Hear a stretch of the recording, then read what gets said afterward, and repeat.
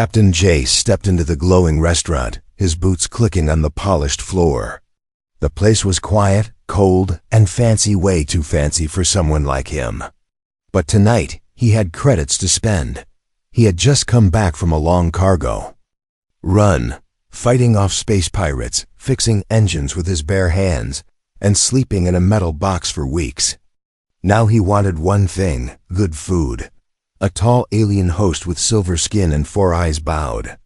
"Welcome to the Crimson Cut, Captain. You are alone?" Jace nodded. "Just me. I want something rare. Something I can't get on a space station."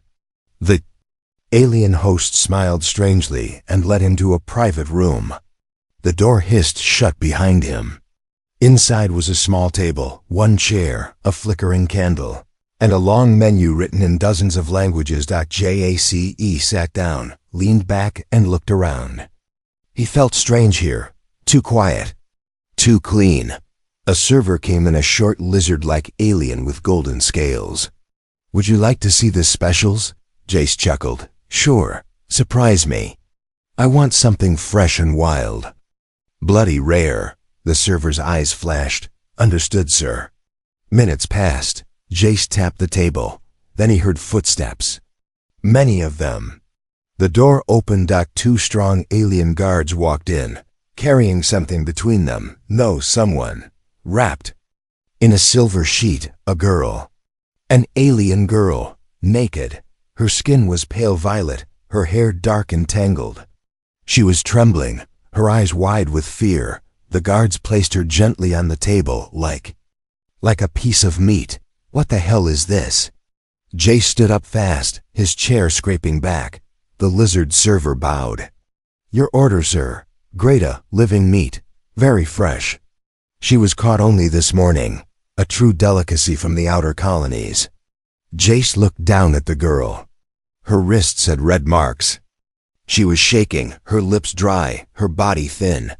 She looked up at him with wide, glowing eyes. Her lips moved. "Please." "Help me," she whispered. Jace's heart thumped hard. This wasn't a joke. This wasn't some weird alien show. This was real. "You expect me to eat this?" he growled. The server nodded. "Yes, sir. Many of our guests request live flesh. It is traditional. Her kind is not protected by law. Fully legal, fully yours." The guard smiled coldly. In the hallway, Jace could hear faint music, soft laughter. As if this horror was normal. Jace slowly pulled off his coat. "She's cold," he muttered. Gently, he placed it over her. She flinched but didn't speak. The server frowned. "Sir, if you wish to prepare her yourself, we have a private room." "Shut up," Jace snapped. The alien stepped back, confused. Jace looked at the girl. She was young, maybe 20 human years. Her arms were bruised. Her body was covered in tiny scars, as if she'd been caught, cleaned, and served like a piece of expensive meat. "What's your name?" he asked softly. She blinked. "Yari." He turned back to the server. "How much?" "For her, sir. She is part of the meal, already included in your fee." "So she belongs to me now?" The server paused, then nodded. "Yes, sir. Until you are finished." Jace's jaw tightened. "Then I'm taking her." The guards blocked the door. "You are not allowed to take food out of the restaurant," one said. "She's not food," Jace said. His voice was like cold steel. Without warning, he grabbed the candle from the table and threw the flame into one guard's face.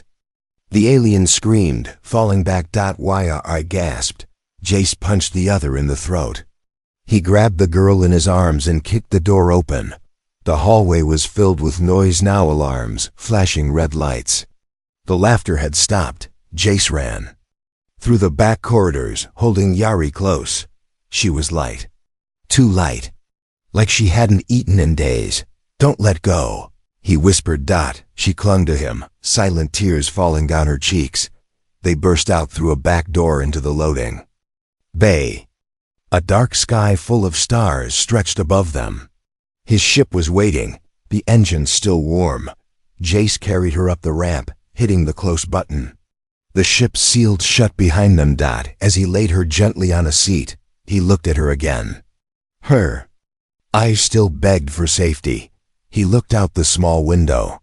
The restaurant was still glowing in the distance, pretending to be beautiful. But he knew the truth now.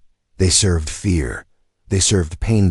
And tonight, they served him a soul, but he didn't eat it. He saved it. The ship's engines hummed quietly, but inside the cockpit, everything was still. Captain Jace didn't speak. He just stared at the pale girl wrapped in his jacket, now sitting silently in the co-pilot seat. He had flown through asteroid storms, smuggled weapons under alien patrols, even fought off pirates. But nothing prepared him for this rescuing. A girl served like a steak. She didn't look up. Her arms were folded tight, knees pulled to her chest. She kept glancing at the door, like she expected someone to drag her away again. Jace gently placed a blanket over her. You're safe now. No one's going to hurt you. Her lips moved. A whisper. Safe. Jace nodded. Yeah, you're not food. You're not meat. You're a person. For a long time she didn't answer.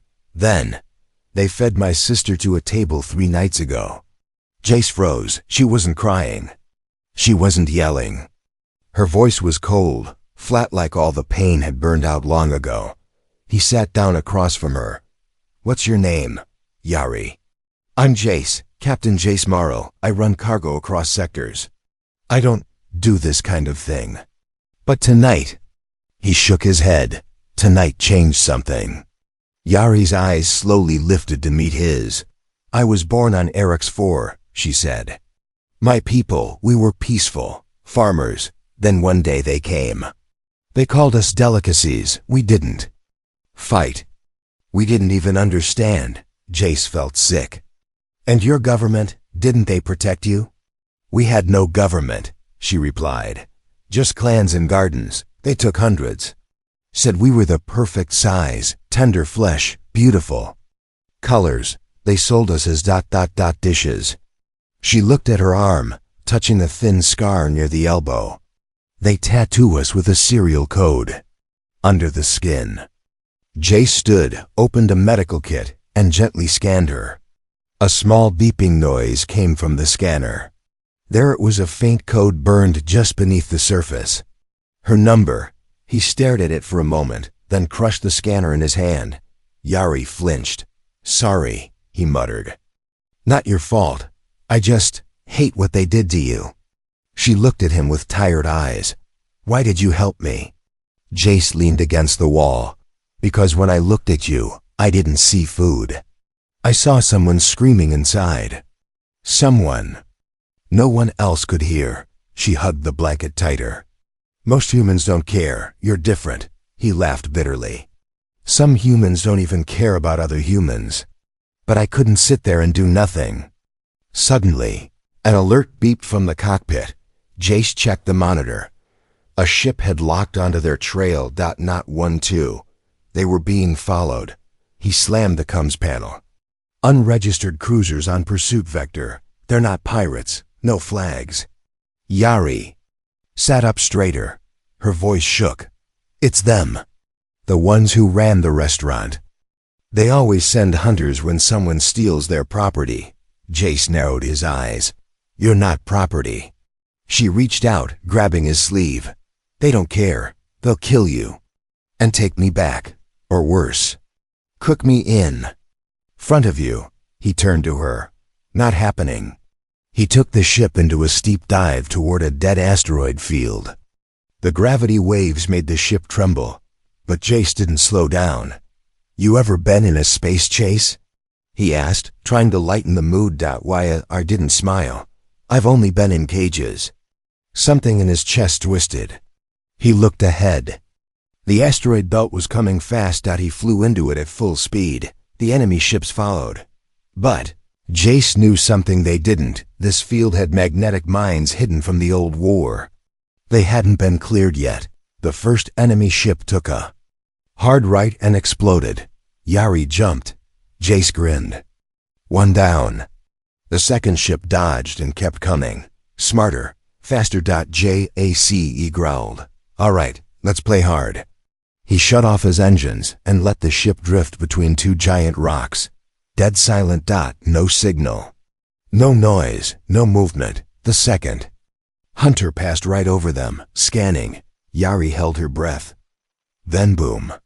The ship clipped a mine on the edge. Gun. Jace. He sat back and exhaled. We're clear. For now. Yari looked at him in awe. You risked your life. For me. He shrugged. You were served to me like a side of meat, I figured. Might as well make it a full-course rescue. She blinked, confused. He smiled. A little. Sorry, bad joke. But she didn't laugh. Instead, she reached out and gently touched his hand. No words, just warmth. And in that small moment, something changed. I was no longer just a scared girl wrapped in a stolen jacket. She was alive. And now, for the first time in a long while, she had hope. Asterisk. The lights on Jace's ship flickered as he ran. A deep scan of nearby space. Something didn't feel right. He sat in the dark cockpit, one hand on the controls, the other holding a warm mug of recycled coffee. He hadn't slept in over a day. His eyes were sharp, but his body was tired. Behind him, Yari was asleep on the floor, wrapped in 2 blankets and tucked beside a heating vent. She looked peaceful for the first time since he met her, but peace wasn't going to last. The scanner beeped softly. Then again, 3 new ships just dropped out of warp. No ID, no signal, no friendly colors. Jay stood up fast, nearly spilling his drink. He zoomed in on the display. All 3 ships were heading in his direction, but pretending they weren't. Pirates didn't move like that. Hunters did. He quickly walked back to Yari and knelt beside her. Yari, wake up. Her eyes opened slowly, still half dreaming. We have company. She sat up fast. Is it them? Maybe. 3 untagged ships. Same kind of tech that the restaurant used. They're following our trail through deep space. She shivered. They're not going to stop. They'll track me until I'm either dead or back in a cage. Jace helped her to her feet. Then we don't give them a chance. He brought her to a small hidden room near the back of the ship. Stay here. Lock this door. No matter what happens, don't come out unless I call you. She looked up at him, fear in her voice. They'll kill you. I've survived worse, he said. I've got one trick they don't. What? He gave a small smile. I think. Outside, the stars looked calm, but space was never calm. It only looked that way right before something exploded. Jace powered down all ship systems, faked a drifting signal, and made it look like the ship was disabled. The hunter ships came closer. Slower, quieter. He watched them like a hawk. One passed by without stopping. The second scanned him. The third stopped directly outside, hovering. Like a metal vulture, Jace whispered to himself. Come on. Open your mouth. I'll give you something to chew. He reached under the console and hit a hidden button.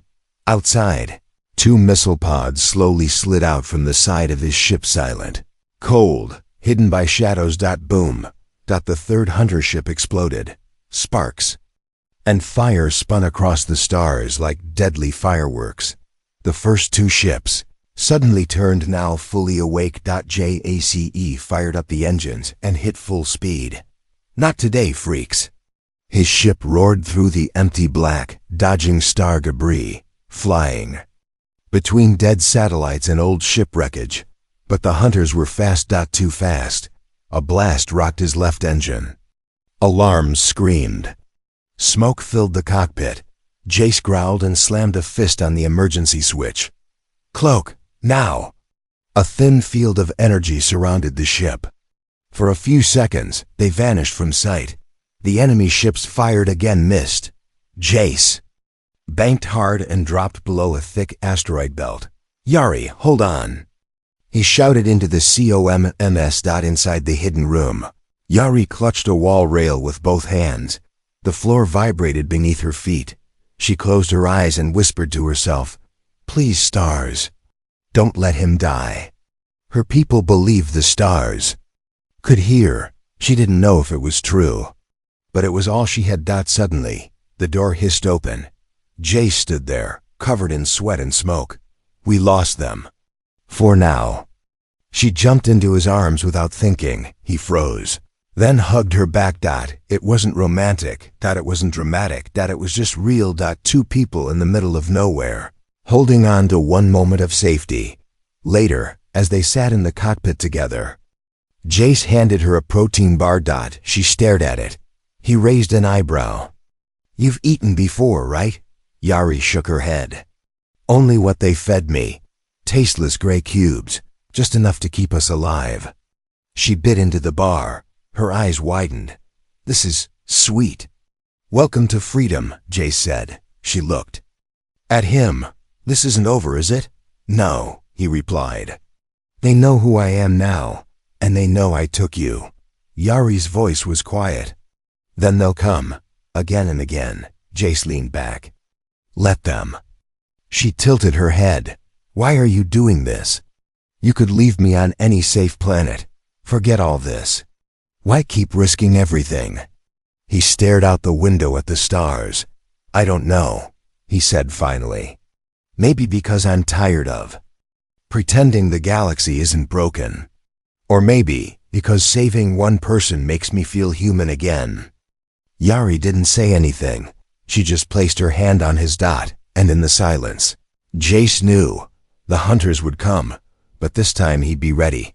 The smell hit Jace before the doors even opened. Burnt oil, wet fur, blood that had dried days ago. A mix of perfumes trying to hide the truth. They had reached it.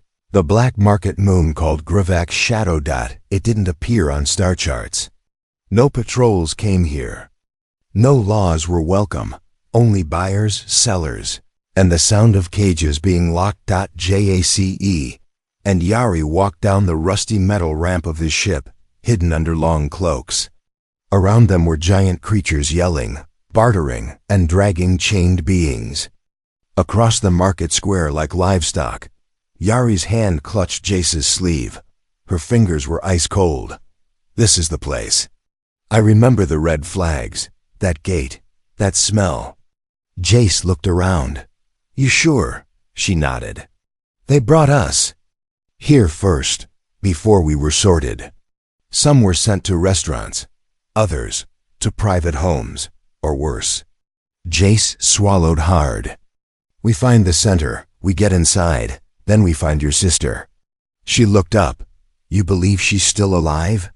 He didn't answer, but he hoped. They entered a dark hallway guarded by two lizard men with glowing eyes. Jace handed them a silver chip. "New buyer," he said. The guard scanned him. "Species? Human." They laughed. "Rare. Your kind usually stays away from this place." "Maybe I'm bored of normal," Jace said with a fake grin. They let him pass. Inside, the ceiling was low and the lights flickered. Rows of cages lined the walls. Each held a girl or boy from a different world. Some were awake. Others stared with empty eyes. None were older than 20. Yari kept her head down, her hood low. But her hands were shaking. One girl saw her through the bars and gasped. "Yari?" Yari spun around. "Lena!" she whispered. The girl in the cage pressed against the bars. She looked thinner, dirtier, but it was her. Her little sister. "Don't cry," Lena said. "They'll take you away again if they see." "I came back for you," Yari said. "I brought help." The guard nearby looked up. Jace quickly stepped in. "This one looks interesting." "How?" "Much for her." The seller, a tall insectoid, walked over. "This one, weak, nervous. I'll let her go for 20 credits. Jace laughed. "You insult me." The bug creature leaned in. "Maybe you'd prefer a new one?" "We have fresh arrivals just sorted last week. Smooth skin. No scars." Yari looked like she was going to scream. Jace placed a firm hand on her shoulder. "We'll take this one, and 2 others. Quiet ones, the seller grinned. Making. A collection, are we? Something like that. They waited in a side room while the girls were prepared, washed, dressed, and tagged with a new owner, Yari whispered. We have to do something. We can't leave the rest behind. No, Jay said, checking his wrist scanner. This place is crawling with guards. We'll have one chance. Yari looked around. There's a control room at the back. That's where they manage the cage locks. Jace nodded. Then that's where we go. He turned to her. You sure you want to do this? You could get out with your sister now. I'll stay behind and set the charges. Yari's eyes were sharp now, not broken burning. No, she said. They turned me into food. I'm going to turn this place into fire. 10 minutes later, the fake deal was done. Jace and Yari walked out with Lena and 2 other girls. But instead of heading to the ship, they slipped into the shadows behind the cages. Jace pulled out 3 small devices and placed them on the walls. Mini blasts, just enough to open every cage at once. Yari reached the back door. The control room is through here. But there's always someone inside. Jace pulled out his blaster. Then let's knock. The door hissed open. 1. Alien turned and didn't even have time to scream. Jace hit the cage release dot all across the market. Metal doors began to slide open. Chains dropped. Lights turned red dot. The quiet was gone. Now came the screams. Go, Jace yelled. Everyone run. Yari grabbed Lena's hand. The other girls followed, dozens now pouring from cages. Some limping, others crawling, but all running toward freedom. Guards ran in, but too late. One grabbed Yari. Jace tackled him. Touch her again. He growled, and I'll feed you. Your own tongue. They made it to the ramp of the ship. The market behind them was on fire. As they lifted off, Yari stared through the window. She saw the cages below, now empty. She saw flames in the shape of justice. And for the first time in her life, she smiled. Asterisk. It didn't start with a gunshot. It started with a scream. One voice, raw, full of fear, echoed through the steel walls of the market. Then another scream, then more. Not from cages, but from the guards. And by the time they reached the main hallway, the alarms were already too late. The breakout had begun. 30 minutes earlier, Jace was hiding behind a stack of storage crates, watching the guards move in patterns. 4 at the east exit. 2 near the power hub. More at the docks. Too many for a clean fight. But Jace didn't come here to fight clean. Inside the ship, Yari was crouched over a small device. This detonator will trigger every mini-blast you set. Lena watched her. How do you know how to do this? Yari's voice was cold. Because I watched them build cages. I remember every wire they used. Jace nodded. As soon as the doors open, get as many out as you can. But once they're free, chaos will follow. We need to be fast. He looked out the ship's window, and he whispered to himself, let it burn. Now, a shockwave tore through the outer walls. Doors slammed open. Sparks rained down. Steam hissed through cracked pipes. Cages unlocked with loud clanks, rows and rows of them. One by one, alien girls stepped out, some too scared to move, others already running. The guards shouted orders, but the market was too loud now. Too wild. Fires had begun in 3 corners of the building. Explosions followed. Jace moved through the smoke like a ghost, pulling girls to safety, guiding them through back routes and blasting any guard that came too close. Yari, now armed, helped drag out the weakest ones, those who couldn't walk on their own. Lena followed, holding hands with a smaller girl who had no voice. It wasn't just a rescue anymore. It was a rebellion, but not everyone liked it. High above on a private deck, a large shadow stood watching. Baron Vixen, the alien lord who funded this flesh market. He was fat, rich, and cruel. And now he was angry. He stared at the fire, the freed girls, the running figures. "Bring me the human," he growled. "And kill the violet one, slowly." His guards rushed down with stun guns and shock whips. Back in the smoke, Jace carried a bleeding girl on his back. A blast had hit her leg. He saw Yari running toward him. "They're closing in." "The Barons." "Guards, heavy ones." Jace set the girl down behind cover. "Take her to the ship. Now. I'm not leaving you." "You have to," he said. "This isn't a hero story. This is survival." Yari shook her head. "I'm not leaving anyone behind. Not again." Suddenly, gunfire. Jace pulled her down. The Baron's elite were pushing through, step by step. Then boom, the side wall cracked. A storage tank exploded, shaking the entire building from behind the guards. A group of freed girls attacked, using pieces of broken cages as weapons. It wasn't a fair fight, but it was enough.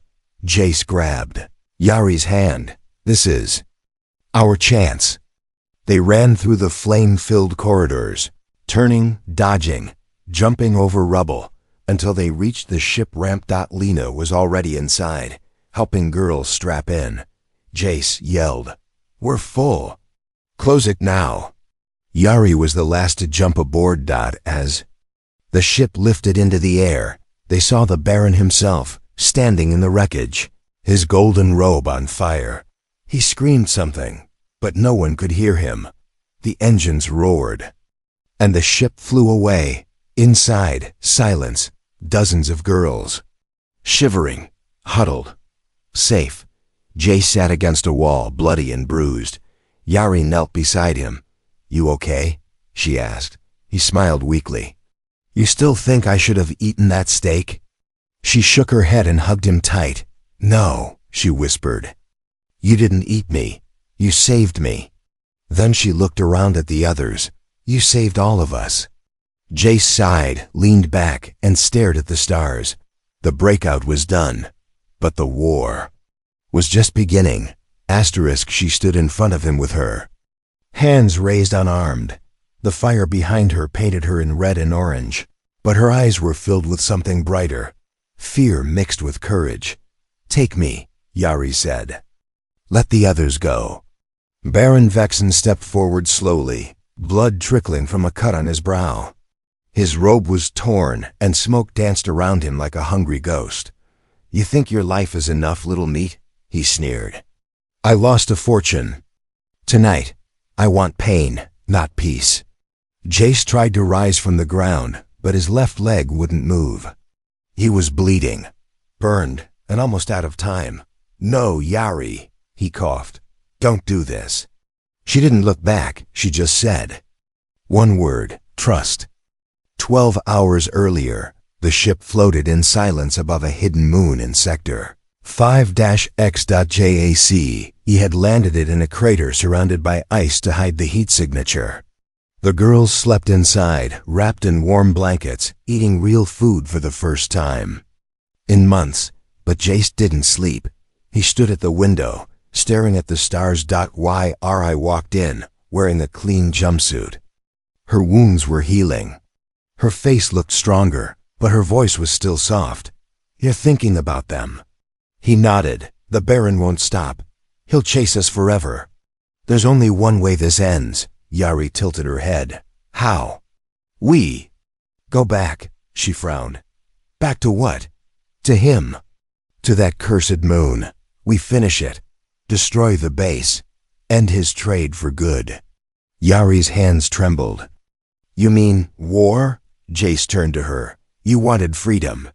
Not just for you, but for everyone like you. That means we fight." She looked away, then slowly she nodded. "I'll go. But if I have to, I'll be the bait." Now the plan had worked until it didn't. T.Y. I had returned to the market alone, pretending to surrender. The Baron took the bait. He ordered his guards to gather every surviving captive back into the cages. What he didn't know, Jace was already inside, hidden in the ventilation shafts, setting explosives one last time. But when he saw Yari being dragged in chains before The crowd of criminals, something inside him broke. This wasn't the plan. He growled through his cum. Yari's voice whispered back, "Yes, it is. Let them see me. Let them gather. Then burn it all." Jace wanted to scream. But instead, he kept crawling. Baron Vexen raised his voice. "This girl cost me more than you can imagine. She cost me reputation, power, and blood. And now she will give it all back." He pointed a blade at her chest. Then a sound echoed from above. Clink, clink, clink. Metal balls dropped from the ceiling and rolled across the floor. Someone screamed, "Bombs!" Too late. Boom! The floor shook. Fire exploded through the walls. A shockwave sent aliens flying. Cages burst open.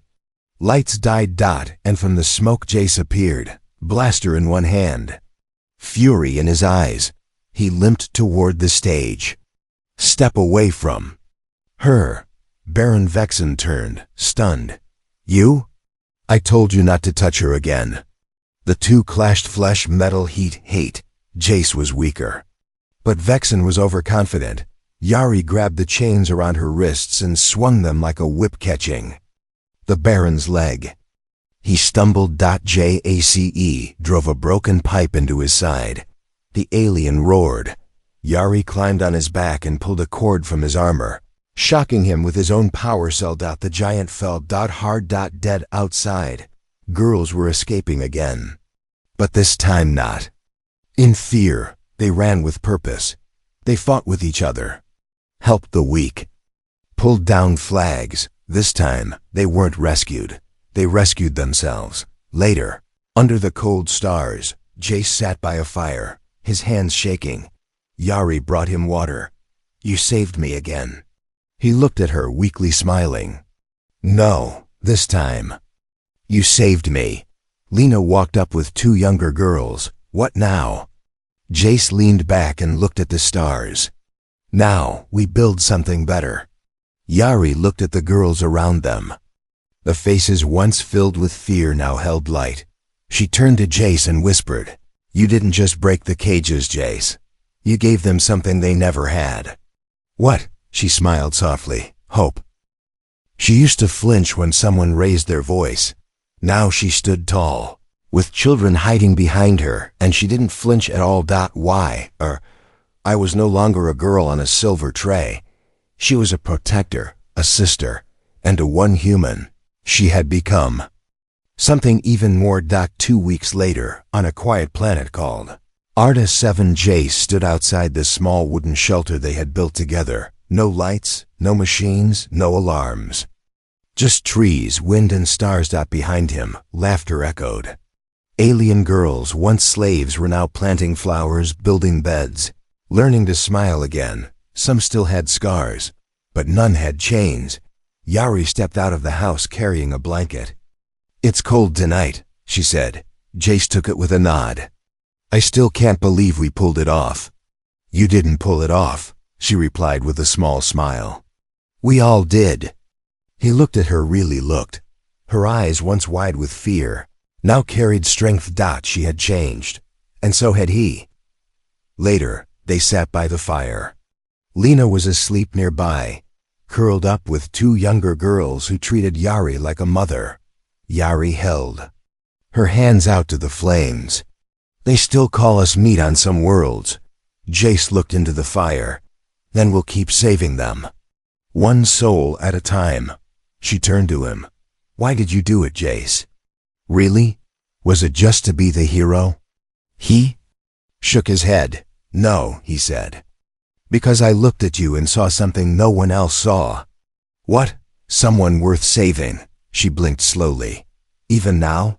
He nodded. "Especially now." There was a long silence between them. Then Yari reached out and gently placed her hand on his chest. "I never thought I would survive," she whispered. "I never thought I'd be free. But you didn't just rescue me. You gave me life again." Jace's voice was quiet. "You're not just someone I saved. Then what am I?" He looked into her eyes and said the one word he'd never said to anyone since the war ended. "Family." The next morning, The girls gathered outside under the morning sun. Birds chirped. Water trickled through a nearby stream. Jack stood in front of them, holding a datapad. He cleared his throat. This isn't just a safe place. It's a start. If you want to stay, you can. If you want to leave and help others, we'll help you. Do that too. You're not owned. You're not trapped. You are free. The girls clapped, some cried, and others hugged each other. But one small girl asked, "Captain Jace, are you our father now?" He froze. Yari stepped up beside him, laughing gently. "He's not a father to all of you." Then she looked at Jace. "But maybe he's mine." The girls laughed, and Jace smiled, scratching the back of his head. "Guess I've got a big family now." That night, as the stars came out and the wind whispered through the trees, Jace and Yari sat on the rooftop watching the sky. She leaned her head on his shoulder. "Do you miss the stars?" she asked. "Sometimes," he said. "But right now, I'd rather be here, with me?" She asked. "With all of you," he answered, "but mostly, yes, with you." Yari closed her eyes. She had once been nothing more than a silent offering on a dinner plate. Now, she had a name, a voice, a future, and beside her sat the one person who never saw her as food, or flesh, or trade. He saw her as family. And in this quiet corner of the galaxy, under stars that once watched her cry, she finally smiled for real, because she wasn't meat anymore. She was home.